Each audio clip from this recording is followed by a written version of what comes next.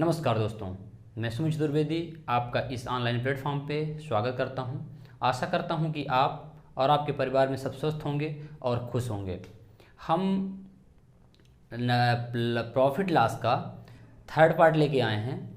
अब एक बात आपको बता दें कि प्रॉफिट लॉस का जो पहला पार्ट हमने डाला उसमें बेसिक क्वेश्चन है, बेसिक कंसेप्ट हैं पूरे, उसको आपको देखना आवश्यक है। अगर आप ये वीडियो देखना चाहते हो तो पहला पार्ट और दूसरा पार्ट ज़रूर देखिएगा, क्योंकि यदि आप पहला पार्ट और दूसरा पार्ट नहीं देखते हो तो हो सकता है कि ये पार्ट आपको कम समझ में आए, क्योंकि हम ये मानकर इन क्वेश्चन को करवाएंगे कि आपका बेसिक सही है, कैलकुलेशन भी सही है, क्योंकि ये अब क्वेश्चन कंसेप्ट बेस्ड ना होकर के प्रैक्टिस के लेवल पे है, क्योंकि ये आए हुए क्वेश्चन हैं। कंसेप्ट सारे हमने करवा दिए हैं, आप केवल क्वेश्चन अच्छे लेवल के क्वेश्चन एसएससी में आए हुए क्वेश्चन आपको करवाएंगे।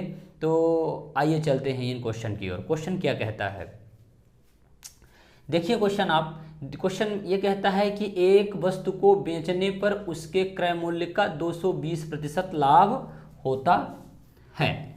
ठीक है, यदि सीपी में 220% की वृद्धि की जाती है और एसपी समान रहता है, मतलब कि सीपी में 220% की वृद्धि करने पर, है ना, क्या है, आपका एसपी समान रहता है। ठीक है, अब यहाँ पे एक क्वेश्चन है, यहाँ पे थोड़ा सा त्रुटि हो गई, यहाँ पे सीपी में 25% की वृद्धि कर लेना। ठीक है, ये सीपी पे 25% की वृद्धि, तो वृद्धि करने पर एसपी समान रहता है, तो नया लाभ प्रतिशत मूल लाभ प्रतिशत से कितना प्रतिशत कम है।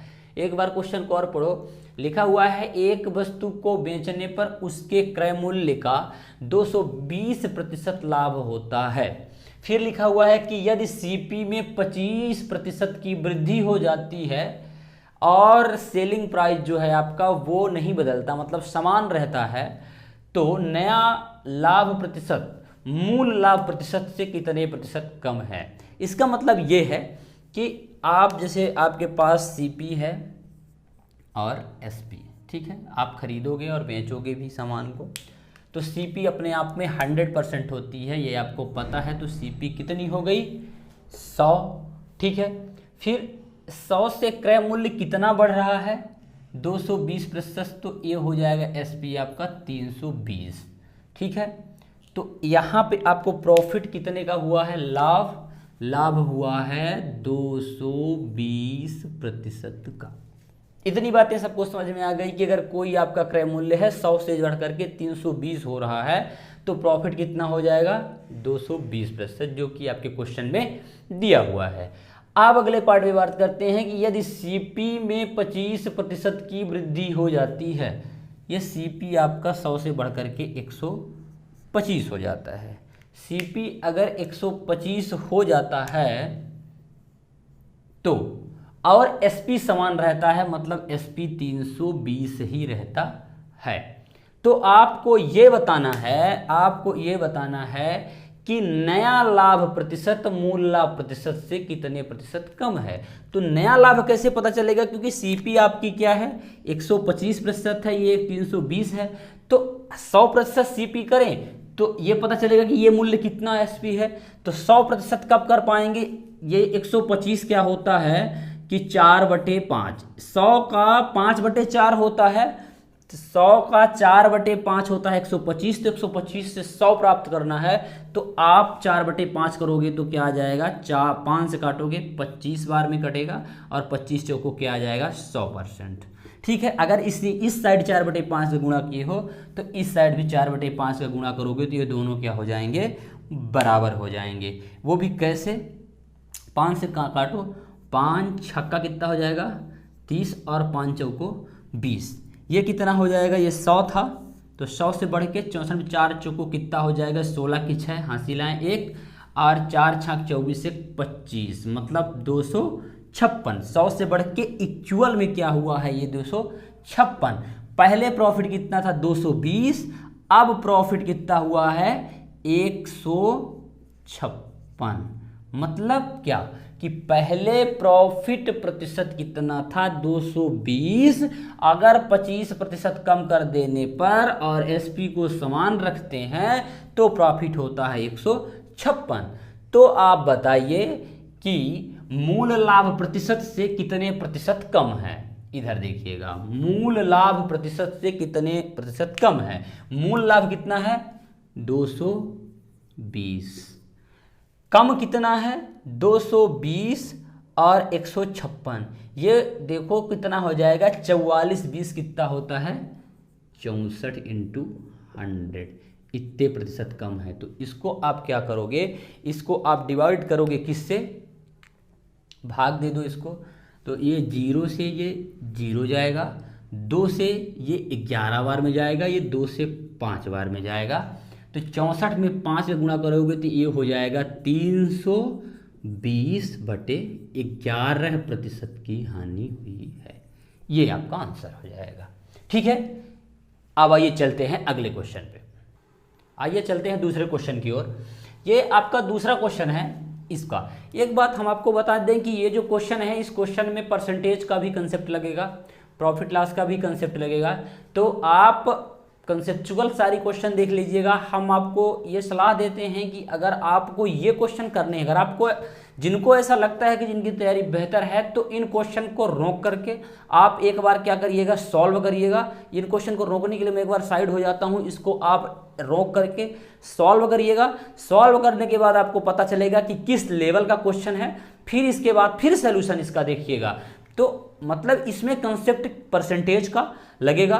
परसेंटेज आप जितने पार्ट हैं पूरे देख लीजिएगा, प्रॉफिट लॉस के 2 पार्ट देखिएगा, तब इस पार्ट को देखिएगा, क्योंकि क्वेश्चन का लेवल अच्छा है। और कितना भी अच्छा क्वेश्चन हो, अगर करने का तरीका या समझने का तरीका हमारा बेहतर है, तो उसको कम से कम समय में और इजी से इजी ट्रिक या तरीके से हम उसका आंसर निकाल सकते हैं। तो जैसे इस क्वेश्चन को अपन देखते हैं, इस क्वेश्चन में इसकी भाषा को समझने का प्रयास करते हैं। आइए चलते हैं। ये क्वेश्चन है कि जब कोई वस्तु को उसके एसपी के 7/8 कीमत पर बेचता है तो 37% की हानि होती है।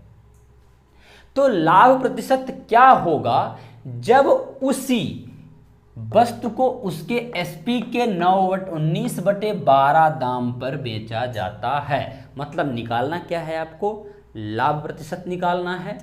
हुआ क्या है कि जो उस वस्तु की जो एसपी है, तो पहले क्या किया गया है, उसके 7/8 कीमत पर बेचा गया है।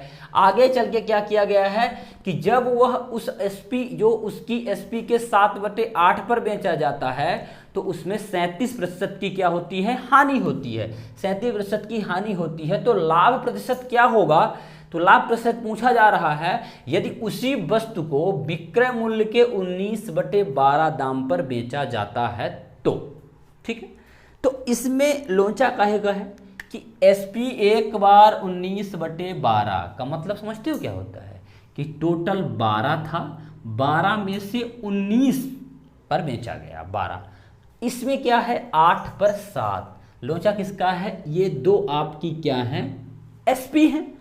तो एसपी पर जब एसपी पर बेचा जाता है तो अगली एसपी की बात हुई, तो ये 19 है, ये 7 है। तो एसपी क्या है 12 और यहाँ पे 7।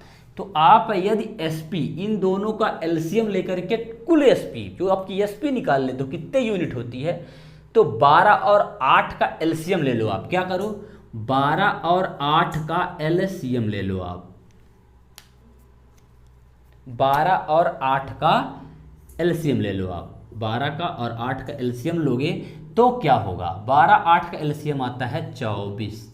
24 क्या हुआ, 24 कुल 24 यूनिट आपके पास सेलिंग प्राइस है। ठीक है, इसमें किसी को दिक्कत नहीं होनी चाहिए।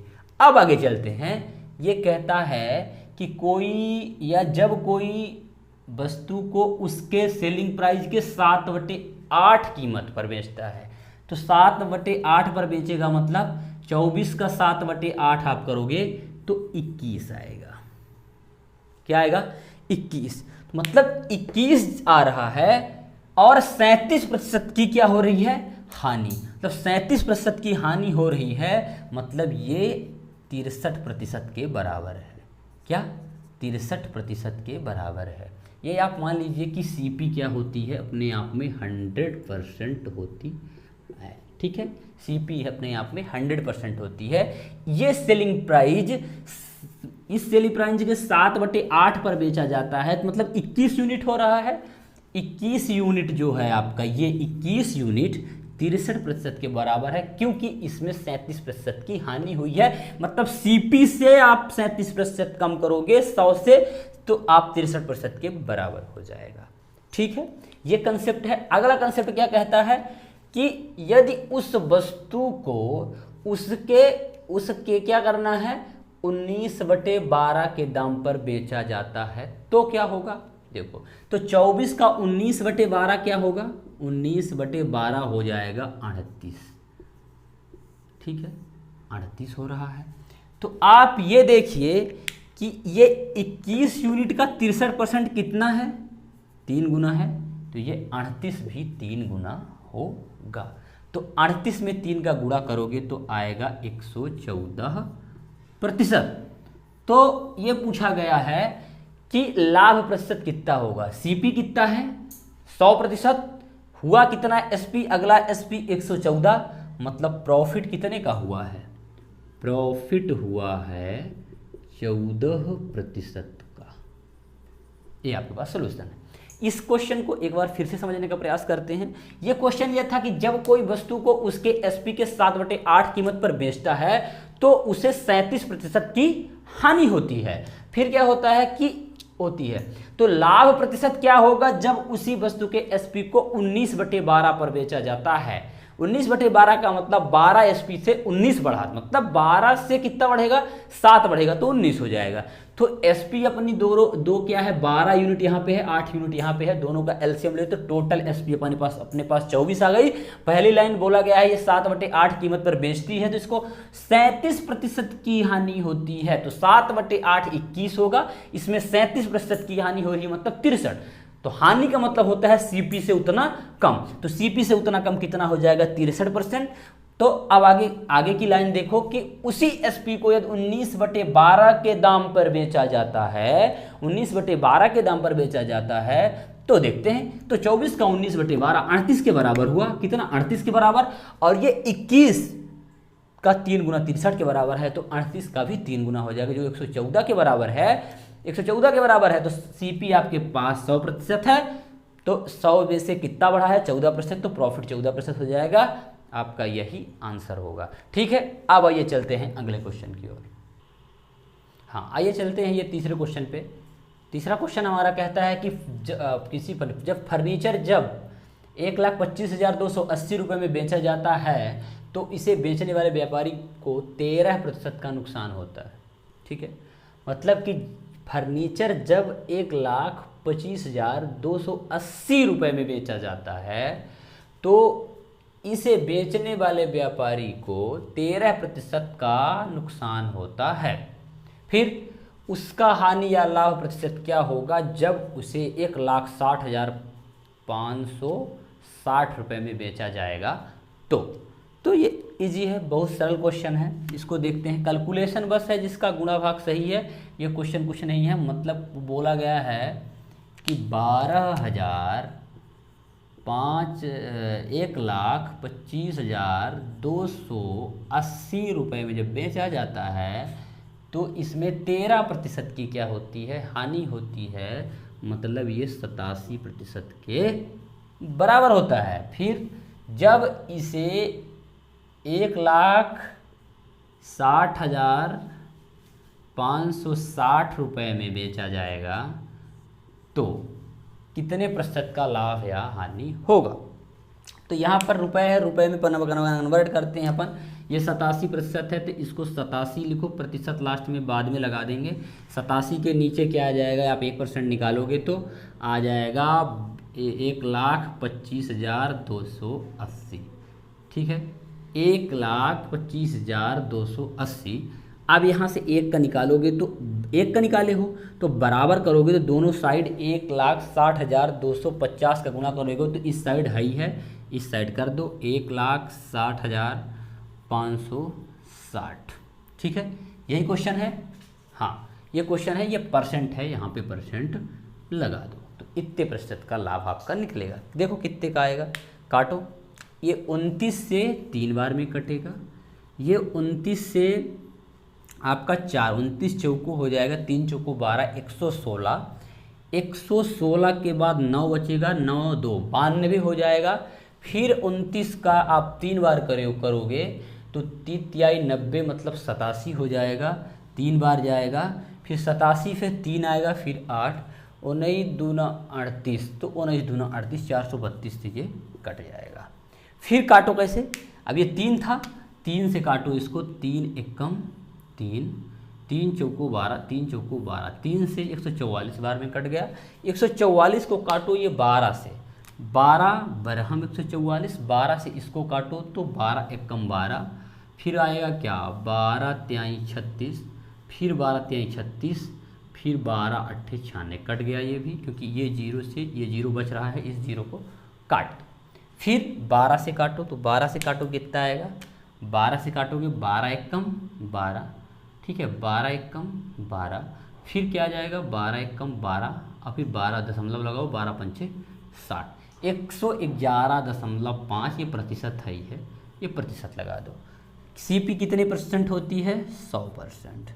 अब ये बेचने के बाद कितना आया है, 111.5, ये प्रतिशत हो जाएगा आपका प्रतिशत। तो कितने का लाभ हुआ है आपको, 11.5% का क्या हुआ है, प्रॉफिट हुआ है।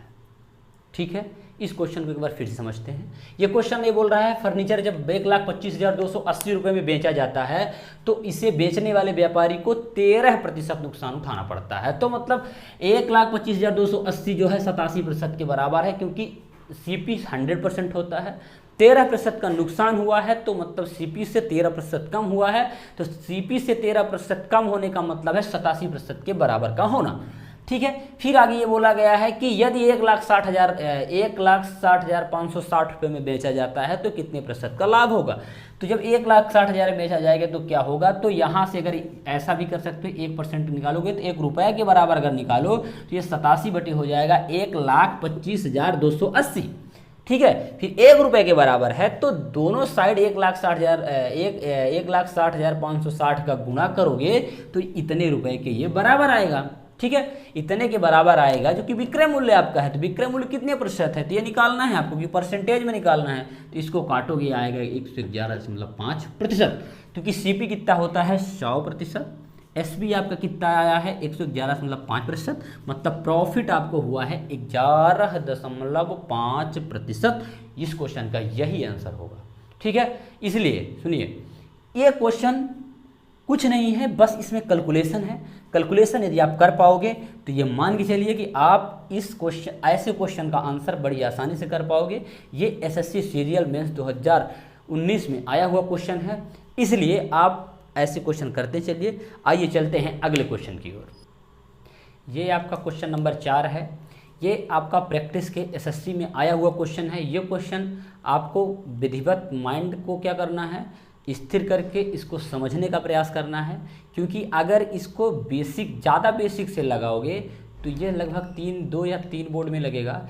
इसलिए अपन इस क्वेश्चन को समझ के नॉर्मली जिस तरीके से हम परसेंटेज करते आए हैं उसी तरीके से समझेंगे तो बड़ी आसानी से इस क्वेश्चन का हम आंसर निकाल पाएंगे। आइए देखते हैं क्वेश्चन कहता क्या है कि यदि किसी वस्तु का क्रय मूल्य स्वयं का कितना हो जाता है, 6.4 गुना हो जाता है, विक्रय मूल्य भी 450% से बढ़ जाता है, तो अब नया लाभ प्रतिशत 76% है, तो मूल लाभ प्रतिशत क्या होगा। मतलब नया लाभ प्रतिशत आपके पास 76% है, तो नया पर एक्चुअल जो प्रॉफिट % था वो कितना होगा, ये क्वेश्चन बोल रहा है। अब आइए चलते हैं, देखते हैं इसको क्वेश्चन कैसे करते हैं। अब ये बोल रहा है कि यदि किसी वस्तु का सीपी स्वयं का कितना हो गया 6.4, मतलब ये आपकी जो सीपी वाली लाइन है, एक साइड आपकी सीपी होती है, एक साइड एसपी होती है, तो ये कितना पहले था ये मुझे पता नहीं है, तो सीपी अभी क्या हुआ है 6.4% बढ़ गया है। फिर अगली बात, विक्रय मूल्य भी कितना 450% बढ़ा है, तो 100 का 450% बढ़ा है तो कितना हो जाएगा 5.5% हो गया।